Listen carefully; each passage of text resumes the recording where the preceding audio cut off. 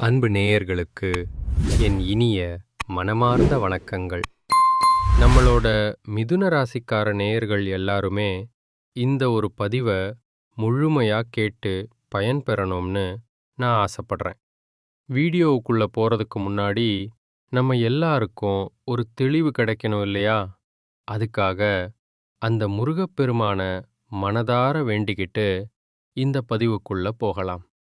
ஓம் முருகா போற்றி, ஓம் முருகா போற்றி, ஓம் முருகா போற்றி. நம்மளை என்னைக்குமே காத்து ரட்சிக்கக்கூடிய அந்த வடிவேலன் முருகனே போற்றி. மனசுல தைரியத்தை வச்சுக்கோங்க. கண்டிப்பா உங்களுக்கு நல்லதே நடக்கும். நல்லது மட்டும்தான் நடக்கும்.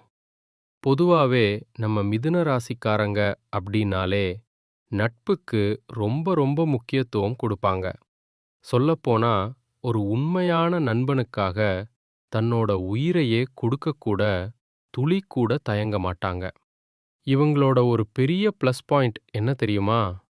மற்றவங்க எல்லாரும் ஐயோ இது என்னால முடியாது, இது நடக்கவே நடக்காது அப்படின்னு சொல்லி ஒதுக்கி வச்ச காரியத்தை கூட ரொம்ப அழகா பொறுமையா திட்டம் தீட்டி விடாமுயற்சி பண்ணி அந்த காரியத்துல ஒரு பெரிய வெற்றியையே அடைஞ்சு காட்டுவாங்க. வாழ்க்கையில எத்தனை போராட்டங்கள் வந்தாலும், எத்தனை சவால்கள் வந்தாலும் இவங்க துளி கூட கவலைப்பட மாட்டாங்க. ஆனா இவங்களுக்கு நெருங்கிய ஒரு உறவோட வாழ்க்கையில ஒரு சின்ன கஷ்டம்னு வந்தா கூட போதும், உடனே ஓடி போய் உதவி செய்யக்கூடிய ஒரு மென்மையான மனசு இவங்களுக்கு உண்டு. தன்னோட குடும்பத்துக்காகவும் சுத்தி இருக்கிறவங்களுக்காகவும் தன்னுடைய ஒட்டுமொத்த வாழ்க்கையுமே அர்ப்பணிக்கக்கூடிய உன்னதமான குணம் கொண்டவங்க தான் நம்ம மிதுன ராசிக்காரங்க. இவ்வளவு அருமையான நற்குணங்களைக் கொண்ட மிதுன ராசி அன்பர்களே, எல்லாரும் எப்படி இருக்கீங்க? நல்லா இருக்கீங்களா? என்னங்கம்மா, நீங்க பாட்டுக்கு இப்படி ஒரு கேள்வியை கேட்டுட்டீங்களே? நாங்க படுற கஷ்டம் எங்களுக்கு தானே தெரியும். நாங்களே ஒவ்வொரு நாளும் நிம்மதி இல்லாம கண்ணீர் சிந்தி வாழ்ந்துகிட்டு இருக்கோம். எங்க வாழ்க்கையில நிம்மதிங்கிற வார்த்தைக்கே இடம் இல்லைங்க அப்படின்னு நீங்க மனசுக்குள்ள நினைக்கிறது எனக்கு புரியுதுங்க. ஆனா கவலைப்படாதீங்க மிதுன ராசிக்காரர்களே. உங்க வாழ்க்கையில இது நாள் வரைக்கும் நீங்க அனுபவிச்ச அந்த இருண்ட காலம், கஷ்டமான சூழ்நிலை, இது எல்லாமே இனி வரக்கூடிய காலங்கள்ல மெல்ல மெல்ல மறையப் போகுதுங்க. உண்மையா சொல்லப்போனா உங்க வாழ்க்கையே இனி ஒரு சொர்க்க வாழ்க்கையா மாறப்போகுது. இது நாள் வரைக்கும் உங்கள புரிஞ்சுக்காம, உங்கள வேண்டாம்னு உதறி தள்ளிட்டு போன உங்க சொந்த பந்தங்கள், உறவினர்கள் எல்லாருமே இனி வரக்கூடிய காலங்கள்ல உங்கள தேடி வரப்போறாங்க. திருமணம் தள்ளி போய்கிட்டு இருக்கிறவங்களுக்கு அந்த தடைகள் எல்லாம் நீங்கி உங்க மனசுக்கு பிடிச்ச மாதிரி ஒரு சரியான வாழ்க்கைத் துணையோட கூடிய சீக்கிரம் கல்யாணம் நடக்கப் போகுது. குழந்தை பாக்கியம் இல்லாம ஏங்கிட்டு இருக்கிற தம்பதிகளுக்கு அந்த பாக்கியம் கிடைக்கப் போகுதுங்க. அதே போல பூர்வீக சொத்து சம்பந்தமா இருந்த கோர்ட் கேஸ், அண்ணன் தம்பி சண்டைகள், இப்படி எல்லா பிரச்சனைகளுக்கும் ஒரு நல்ல தீர்வு கிடைக்கப் போகுது. உங்களுக்கு முறைப்படி வரவேண்டிய அந்த பூர்வீக சொத்து கண்டிப்பா உங்க கைக்கு வந்து சேரப்போகுதுங்க. மிதுன ராசிக்காரர்களே, இந்த தை மாதம் உங்களுக்கு ரொம்பவே ஒரு சிறப்பான பலன்களை அள்ளித் தரப்போகுது. ஏன்னா இந்த மாசத்துல 4 முக்கியமான கிரகங்கள் மகர ராசியில ஒன்னா சேர்றதுனால உங்களுக்கு நிறைய ராஜயோகங்கள் உண்டாகப் போகுது. செவ்வாய் பகவான் உச்சம் பெறறதுனால நிலம், வீடு, பூமி சேர்க்கை, அதேபோல அரசு பதவிகள், கௌரவமான அரசாங்க வேலைகள் கிடைக்கிறதுக்கோ நிறைய வாய்ப்புகள் பிரகாசமா இருக்கு. புதனும் சூரியனும் மகரத்துல இணையறதுனால புதாதித்த யோகம் உங்களுக்கு கிடைக்குது. சுக்கிரன், செவ்வாய், புதன், சூரியன் இப்படி கிரகங்கள் 10ஆம் இடத்துல சேர்றதுனால வெளிநாடு போற வாய்ப்பு, நீண்ட நாள் கனவாயிருந்த குழந்தை பாக்கியம், காதல்ல வெற்றி, இதெல்லாம் உங்கள தேடி வரும். குறிப்பா 10ஆம் இடத்துல சனி பகவான் இருக்கிறதுனால உங்களுக்கு உலக புகழ் கிடைக்கும். நீங்க ஒரு கம்பெனி நடத்திட்டு இருந்தா அதோட பெருமை ஊர் முழுக்க பரவும். ஷேர் மார்க்கெட்ல நீங்க வச்சிருக்கிற பங்குகள் கூட நல்ல லாபத்தை கொடுக்கும்.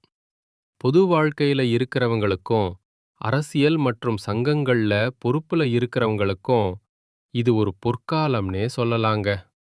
ராசியில செவ்வாயும் குருவும் இருக்கிறதுனால ஒரு நல்ல வழி பிறக்கும். 6ஆம் அதிபதி செவ்வாய் 8ஆம் இடத்துல மறையறதுனால உங்களுக்கு விபரீத ராஜயோகம் உண்டாகுது. இதனால உங்க உடம்புல இருந்த வியாதிகள், ரொம்ப நாள் கழுத்த நெரிச்ச கடன் பிரச்சனைகள், மன கஷ்டங்கள் எல்லாமே நீங்கும். தீராத நோய்கள் கூட ஒரு நல்ல டாக்டரோட உதவியால குணமாகும். ஆனா சில விஷயங்கள்ல நீங்க கவனமா இருக்கணும். 5ஆம் அதிபதி சுக்கிரன் 8ஆம் இடத்துல மறையறதுனால பிள்ளைகளால சின்ன சின்ன மன வருத்தங்கள் வரலாம். சொத்து விஷயத்துல கொஞ்சம் ஜாக்கிரதையா இருங்க. ராசிநாதன் புதன் 8ஆம் இடத்துல இருக்கிறதுனால மன அழுத்தம் வர வாய்ப்பு இருக்கு. அத நீங்க எப்படி சமாளிக்கணும் தெரியுமா? உழைப்பு தான் அதுக்கு மருந்து.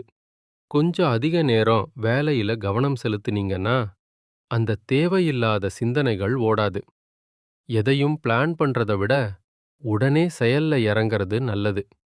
நீங்க கடினமா உழைச்சீங்கன்னா நிச்சயமா நோய்கள் குணமாகும், கடன்கள் தீரும். மொத்தத்துல உங்க வாழ்க்கையில இனி நல்லதுதான் நடக்கும். உங்கள வேண்டாம்னு சொன்னவங்க உங்கள தேடி வருவாங்க. உங்க வாழ்க்கை இனி ஒரு சொர்க்கமா மாறும். இந்த தை மாசத்துல உங்க மனசுல இருந்த அந்த டென்ஷன், குழப்பம் எல்லாம் மெதுவா குறைய ஆரம்பிக்கும். திடீர்னு ஒரு பணவரவு, நிலுவையில் இருந்த பழைய பாக்கிகள் எல்லாம் கைக்கு வரும். சேமிப்பு பண்றதுக்கு இது ஒரு அருமையான காலம். வேலையில இருக்கிறவங்களுக்கு மேலதிகாரிகளோட பாராட்டும் புது பொறுப்புகளும் கிடைக்கும். பிசினஸ் பண்றவங்களுக்கு புது புது ஐடியாக்கள், புது கஸ்டமர்ஸ் கிடைப்பாங்க. வீட்ல இருந்த சின்ன சின்ன மிஸ் அண்டர்ஸ்டாண்டிங் எல்லாம் சரியாகி பெற்றோரோட முழு ஆதரவும் உங்களுக்கு கிடைக்கும். பேசாம இருந்த உறவுகள் கூட திரும்ப பேசுவாங்க. உங்க பேச்சோட மதிப்பு கூடும். ஒரு இன்டர்வியூ போறீங்கன்னா இது ரொம்ப நல்ல நேரம். தினமும் முருகப்பெருமானையும் துர்க்கை அம்மனையும் மனதார வழிபாடு செய்யுங்க. உங்க வாழ்க்கையில இருக்கிற எல்லா தடைகளும் பனி போல விலகிடும். உங்க எண்ணம் போல உங்க வாழ்க்கையில நல்லது மட்டும் தாங்க நடக்கும். புதன்கிழமைகளில் பச்சை நிற ஆடை அணிவது உங்களுக்கு ரொம்ப விசேஷம். பசுக்களுக்கு ஏதாவது தானம் கொடுத்தா அதிர்ஷ்டம் இன்னும் கூடும். ஆரோக்கியத்துல சின்னதா ஒரு அக்கறை காட்டுங்க. மன அழுத்தம் குறையும். ஆனா தூக்கமின்மை, ஜீரணக் கோளாறு வராம பாத்துக்கோங்க. தினமும் கொஞ்சம் யோகா பண்ணுங்க.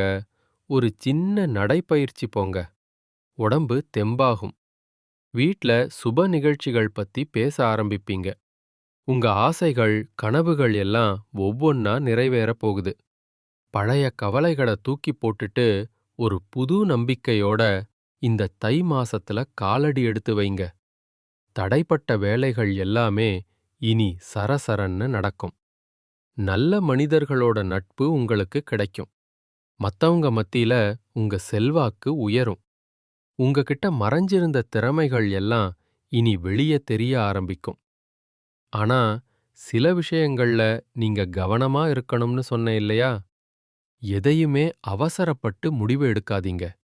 கோபமா பேசாம சொற்களை கொஞ்சம் கட்டுப்படுத்தி பேசுங்க. பண விஷயத்துல திடீர் செலவுகளை குறைச்சுக்கோங்க. யாருக்கும் கடன் கொடுக்கவோ வாங்கவோ வேணாம். தேவையில்லாத விவாதங்கள்ல தலையிடாதீங்க. சமூக ஊடகங்கள்ல எதையும் யோசிக்காம பதிவிடாதீங்க. முக்கியமா யாராவது ஒருத்தர் மேல உங்களுக்கு முழு நம்பிக்கை இல்லைன்னா அவங்க கிட்ட அதிகமா பழகாதீங்க. அக்ரிமெண்ட் சைன் பண்ணும்போது ஒரு தடவைக்கு 2 தடவை படிச்சு பாருங்க. யாருக்கும் தேவையில்லாத வாக்குறுதிகளை கொடுத்து மாட்டிக்காதீங்க. மத்தவங்களோட உங்களை ஒப்பிட்டு பார்க்கறத விட்டுடுங்க. பெரியவங்களோட அட்வைஸை கேட்டுக்கோங்க. சில இடங்கள்ல நோ சொல்ல கத்துக்கோங்க. அப்பதான் நீங்க நிம்மதியா இருக்க முடியும். ஜோதிட சாஸ்திரப்படி 3வது ராசியா வர்றது நம்ம மிதுன ராசி. புதன் பகவான் தான் உங்களோட அதிபதி. உங்க ராசியில மிருகசீரிஷம், திருவாதிரை, புனர்பூசம் நட்சத்திரங்கள் இருக்கு. உங்களுக்கு ரிஷபம், கன்னி, துலாம் இந்த ராசிக்காரங்க நல்ல நண்பர்களா இருப்பாங்க. வாழ்க்கையில எவ்வளவு கஷ்டம் வந்தாலும் விடாமுயற்சியோட போராடுற குணமே உங்களை ஜெயிக்க வைக்கும். எப்போதுமே சுறுசுறுப்பா இருப்பீங்க. சோம்பேறித்தனம் உங்களுக்கு சுத்தமா பிடிக்காது. ஆசைகள் எல்லாருக்கும் இருக்குங்க. ஆனா அந்த ஆசையை அடைய உழைப்பு ரொம்ப முக்கியம். மனதார உழைச்சா நிச்சயமா 16 செல்வங்களையும் பெற்று நீங்க நிம்மதியா வாழலாம். கடைசியா ஒன்னு சொல்லிக்கிற, குலதெய்வ வழிபாடு ரொம்ப முக்கியம். குலதெய்வம் எங்க இருக்குன்னு தெரியலனா கூட கவலைப்படாதீங்க. வீட்ல ஒரு தீபம் ஏத்தி வச்சு அந்த ஒளியில தெய்வம் இருக்கிறதா நினைச்சு மனதார வேண்டிங்க. குலதெய்வம் உங்க குலத்தையே காக்கும். அதே போல தினமும் காலையில சூரிய பகவான ஒரு நிமிஷம் வணங்குங்க. மற்ற கிரகங்கள் சாதகமா இல்லாட்டி கூட சூரியனோட அந்த பிரகாசம் உங்க வாழ்க்கைய வெளிச்சமாக்கும். உங்களுக்கு இந்த மாசம் அதிர்ஷ்டம் தரும் நிறம் பச்சை மற்றும் ஊதா. எண்கள் 3, 4. கிழமைகள் புதன் மற்றும் வெள்ளி. திசை தென்மேற்கு, வடகிழக்கு. மலர்கள் மல் மற்றும் ரோஜா. மனசுல நம்பிக்கைய மட்டும் விட்டுடாதீங்க. உங்க எண்ணம் போல உங்க வாழ்க்கையில நல்லது மட்டும்தான் நடக்கும்.